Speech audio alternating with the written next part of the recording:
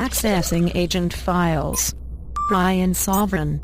Early 21st century anarchist. Creator and host of the podcast Sovryn Tech. By the year 2021, the show would be instrumental in the downfall of various conservative ideologies in the government, helping usher in an incredible time. Hey, want to take a walk on the wild side and experience the bleeding edge of technology? Then get ready, because it doesn't get much more edgy than this. You're in for a wild ride. You're listening to Sovryn Tech.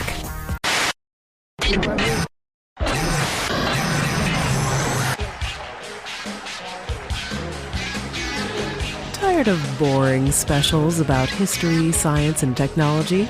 Then get on your best headphones, because you might want to lay down for this. A Sovryn Tech special with the world's foremost anarchist technophile, Brian Sovryn.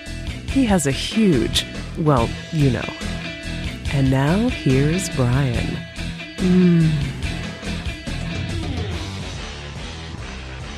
Oh yes, the Libertine-in-Chief here for you. We've got another special lined up. This one, I didn't know I was going to be able to even release this, or at least I wasn't sure when I would be able to. At PorcFest 2014, I had the great pleasure to give, I think I might have given 3 talks maybe, or been a part of 3 talks. At least 2. No, it was 3. I got it now. It was 3. And this is one I ended up actually doing solo. There was a bit of a mix-up. They have AltExpo at PorcFest, and AltExpo is where you get these not so mainstream views within the already not so mainstream libertarianism, right? And I did a couple of AltExpo talks, and this was supposed to be with the inimitable Paige Peterson, and that she had to go off. She's quite the star, and she had to go off and be on Free Talk Live for a little while and talk about Made Safe and other things.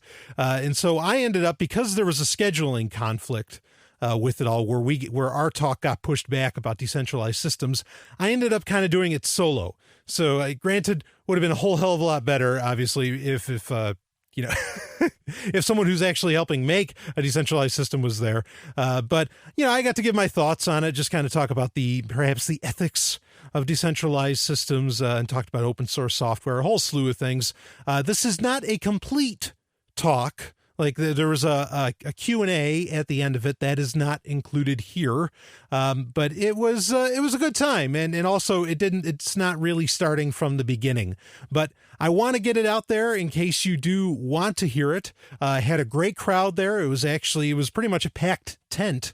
The video is available on YouTube. Maybe I'll upload it myself, but other people's, the World Crypto Network has it up.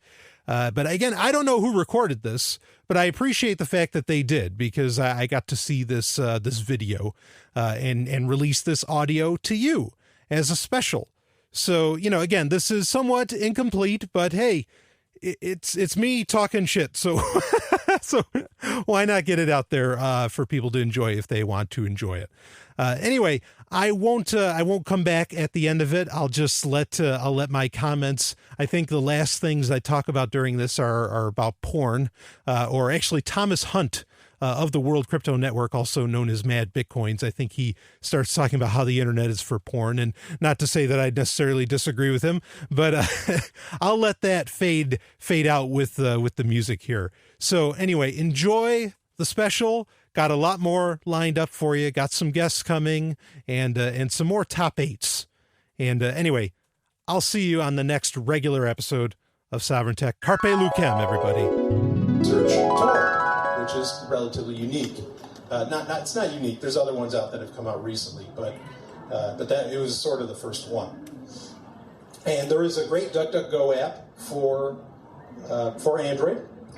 But that now has lost its entire Tor functionality, actually.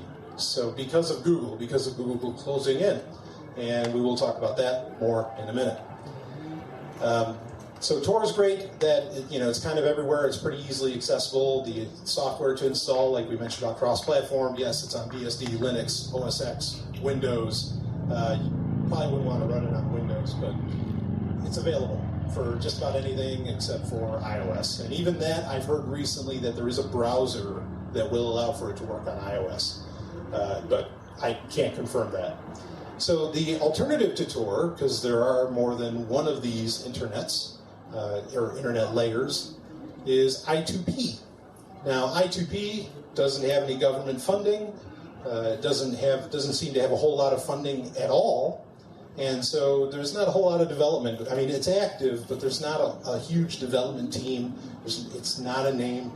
How many people here have even heard of I2P?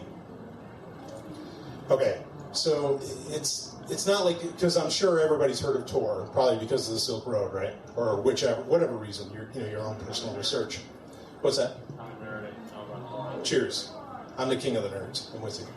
All right. No, I really was. All hail the golden stallion. Thank you. Yes. Yeah. Some of you may know me as the golden stallion of the tech world in particular. Yeah. There you go. So anyway, I2P is great. It does the same thing that Tor does. As far as being an anonymity layer, meaning that that IP address issue is solved, similar, a little bit different from how it works on VPNs, but it's definitely something I recommend using and looking into, but just keep in mind that I2P is not as solidly developed as Tor is, and it's buggy, and I would question how secure, even though it is an encryption layer as well, I would question how secure necessarily I2P is. Yes, it is open source. Everything I've mentioned so far, by the way, is open source. That's a great question, because if it's not open source, how do you know it's really doing what it's doing? Okay, you don't. Right, you don't. Now, there's an open source fallacy. I'll touch on that real fast. There's an open source fallacy in the thinking that, oh, well, it's open source, it must be secure. That's not true. Why? Because what do we mention? Heartbleed, right? That's open source, OpenSSL. But that's the problem, is that you only had like 2 developers working on that. I can touch on 4. Was it 4? Yeah, whichever. Anyway, I think there's like 2 developers for OpenSSL. It's pretty sad, but fortunately that's getting fixed because the team that works on, I mentioned BSD, there's a distribution called OpenBSD, and these guys are the best coders on the planet, and they are actually going to be developing their own OpenSSL, and so hopefully this kind of stuff won't happen. Yeah, LibreSSL, yeah, there you go. Hopefully that won't be happening. So got a really intelligent audience here, I love it. Yeah. So I2P, look into it. It's the same thing where it has its own servers, and it's a meta layer on top of the internet, and you can check it out. A lot of options. There's chat options that exist within that, and it doesn't have to be. It's not peer-to-peer, so it works just like the big bad internet, to where you just connect and you go. Okay, so there's advantages to that. I recognize that, but moving on from Tor and I2P, I want to talk about some of the issues of using Tor and I2P, and the issue comes down to, in my opinion, one thing. About a year ago, there was in Ireland, I believe it was based in Ireland, there was a Tor server farm. Okay, and this means the servers that host all the wonderful things you use on Tor, like the Silk Road, or the Hidden Wiki, or whatever website you care to use. And not that it was hosting those, but it was certainly hosting plenty of other services on Tor. It was called Freedom Hosting. Okay, aptly named, because Tor does free people. It really does. Actually, Tor saves thousands of lives a day from being used in various countries where freedom of speech is a real problem, or freedom of action is a real problem, and people are allowed to do activism anonymously through it. So it's a great thing. But because it can be so government toppling, and Tor can certainly help with that. We saw that in Turkey recently, where they were. Tor was the only way to get any kind of information out, and the government was terrified of information getting out because they were afraid for their own existence.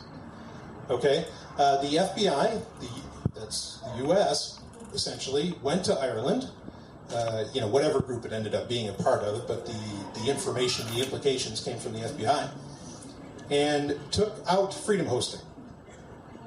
So a huge chunk of Tor is now gone, okay? And that's what happens when you rely on servers, okay? It's a centralizing effect, okay? It's servers, and what I mean by centralizing is just another word, and this is what I'd like people to start thinking of it as. Centralizing is synonymous with central point of failure, okay? And so servers in and of themselves may be a huge issue. But without servers, you have no internet. So what do we do about that? Okay. How many people here want the internet that we have right now? You can say yes, it's okay. If you want to say yes, it's all right. I won't scream at you. So servers, that centralization of the internet. Now, a lot of people want to talk about, and this is where I'm getting into more of the digital evolution that I want to discuss. Servers are a very new creation. It's in the grand scheme of things, okay? You have, I mean, they were thought of in the 60s, right? But they're pretty new in their implementation, because before the internet, and that's really where servers, I mean, yeah, they had servers in workplaces and all that. That's why I say it's been around since the 60s. But as far as servers that send information to the average everyday person, not to call you, all of you, average or everyday, right on, is a new development. So what exactly, how did people, talk to each other before these servers existed? Yes, they did. And I will get into that in a moment. Servers, as a central point of failure, are a central point of failure simply because everything that you access, everything that you do, you go on YouTube, you take your pick of whatever internet action you take, it exists on a server somewhere. That server gets taken out, it's gone, forever, no more. Does anyone think that's a good idea, that's possible? No. Yeah, okay. It's not a good idea. But without it, you can't have the internet. And a lot of people would say that this event right here, PorcFest, that's going on, would not be happening if we didn't have the internet. Freedom would never have spread, right? I mean, I think that's fair that a lot of people would say that without this big, because that's what the internet really did. The internet freed up knowledge. It's important to keep in mind, a lot of people I don't think they really realize this, but in the 90s when the internet came into its prominence in 94 through 96, whatever, and then of course it went gangbusters in 2003, it really wasn't about business. It wasn't about transactions. It wasn't about banking. It wasn't about all the things that really most everybody uses today. It was just about getting information out there. You can watch videos. You can go to YouTube. You can use that internet, and you can look at some history and see that the internet, as it was advertised back then, was all about finding that exact sentence in War and Peace that you were looking for.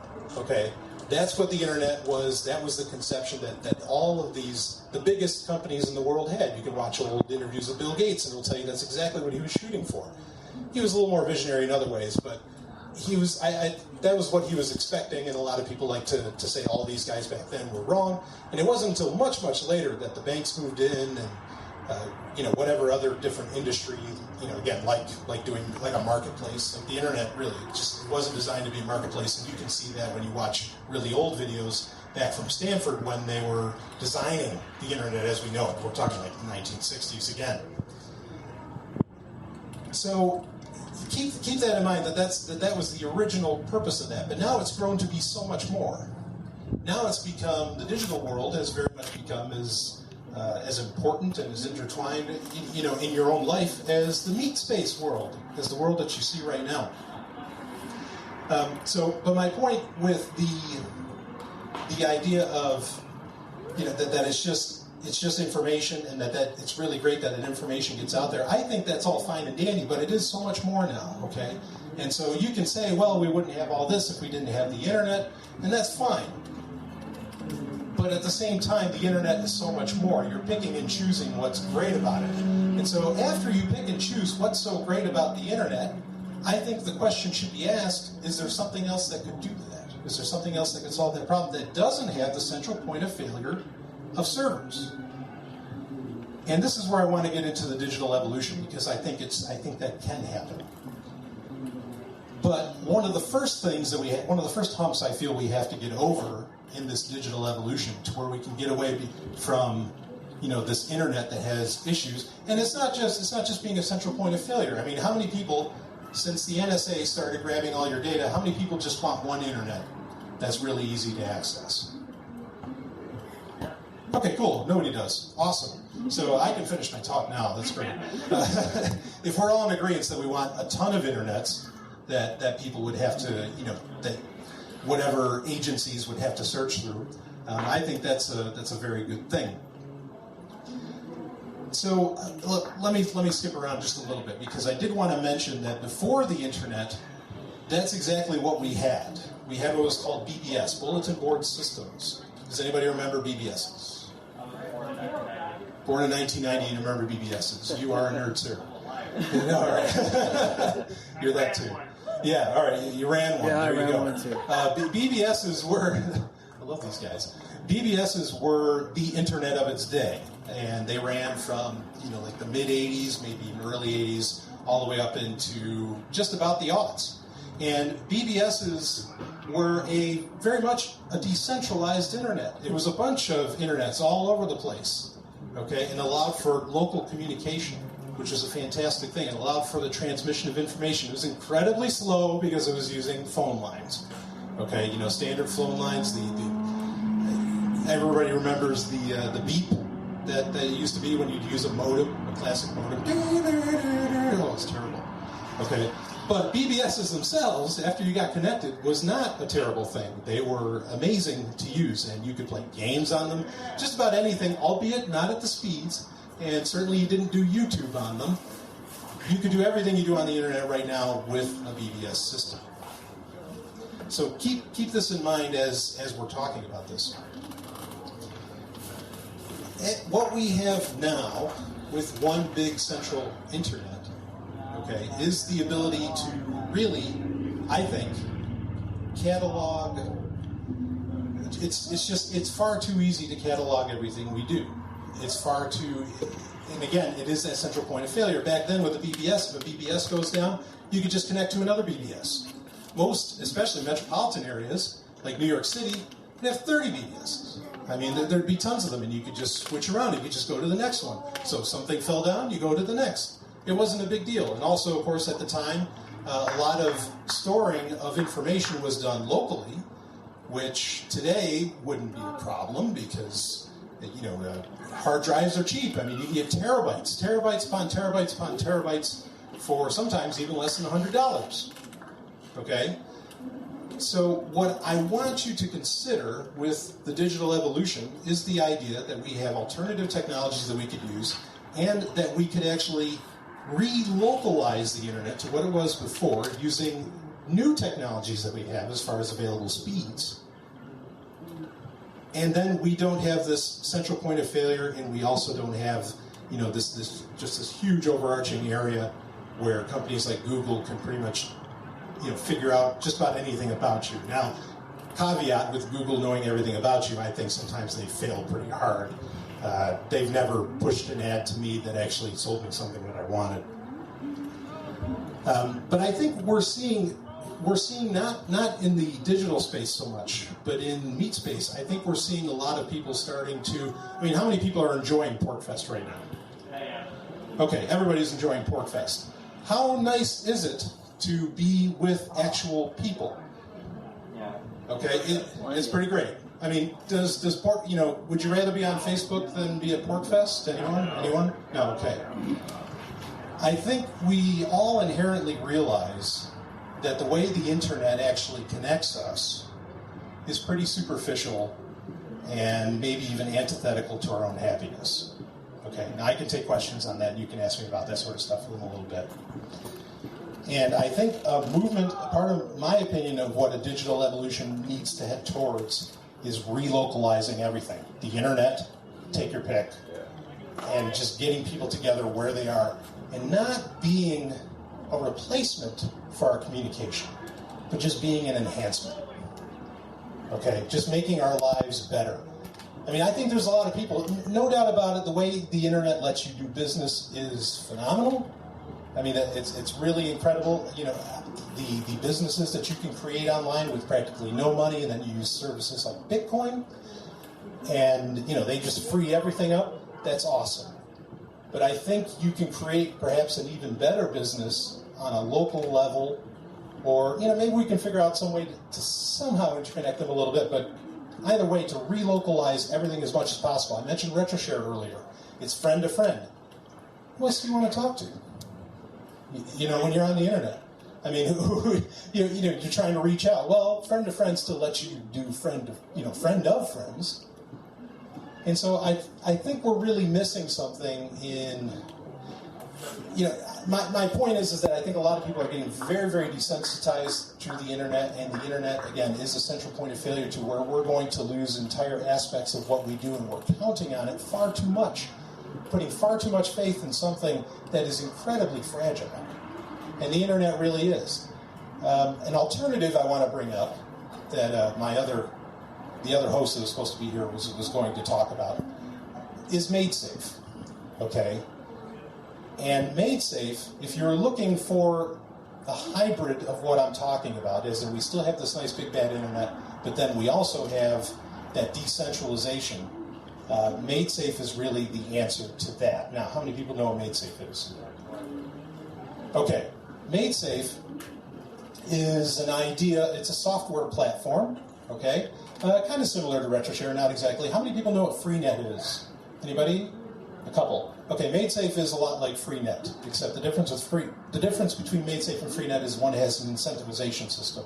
It incentivizes you to work within it through its built-in cryptocurrency called SafeCoin, obviously from the name MadeSafe.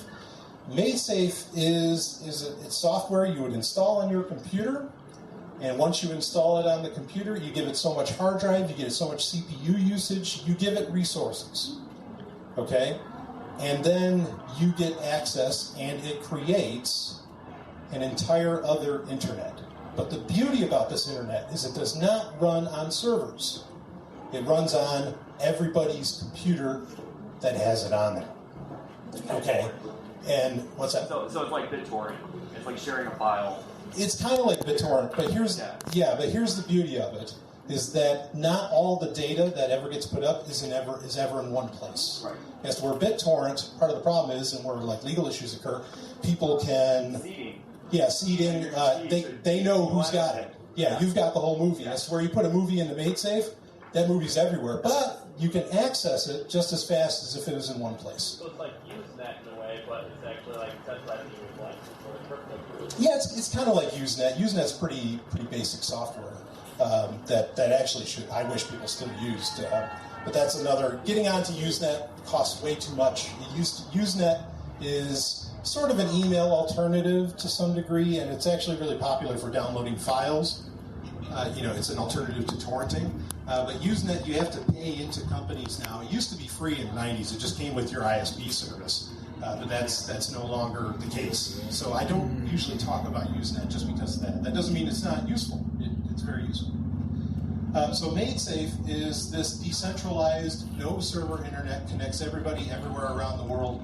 It's really amazing. It does not exist yet. It's not out there yet, but it's coming. Okay, it is on its way. They are funded. They did a pre-sale for the SafeCoin that I mentioned. Okay, and so it does exist. So MadeSafe is something I definitely recommend looking into, especially if you are a miner for cryptocurrencies and suddenly your computers are worth really running to mine cryptocurrencies, because you can become a farmer, kind of like you have server farms. Okay, that's what we talked about earlier, those central points of failure. Well, with MadeSafe, you become a farmer, and so you're actually kind of working it, and you get safe coins in return. So you're incentivized to have this internet run, and it has nothing to do with the government, because unfortunately, whether I like it or not, the government did invent the internet as we know it. That doesn't make it a bad thing in and of itself, but that's a fact. I know there's a lot of libertarians that want to say, "Oh no, we created the internet. We certainly brought it to where it is, but we didn't come up with that technology." What's that? Yeah, maybe not. Maybe not. I think banks actually really made it what it is. Porn. Yeah. Porn. Yeah, porn makes that. Actually, great point about porn. I'm going to open this up to questions, what people want to do. Because my whole key, though, is just I want people to start thinking a little more locally and just having all of these technologies that we have enhance your life and not become the primary aspect of your interactions and your business and what you do. Okay, that's my main key. But with porn actually has continually, or sex, I should say, has continually driven science and technology forward since the beginning of time. There's no doubt about it. Whether it was the first, male that needed a bigger cave to fit all of his sexual partners, be that men and women, that was the, what is it? The mother of invention is necessity, right? So. Sure, yeah, absolutely. And I mean, honestly, I think just about everything is, like, its end game goal is to have sex. But that's genetic determinism in science, so I'm not even going to get into that. Let's do questions. How about that?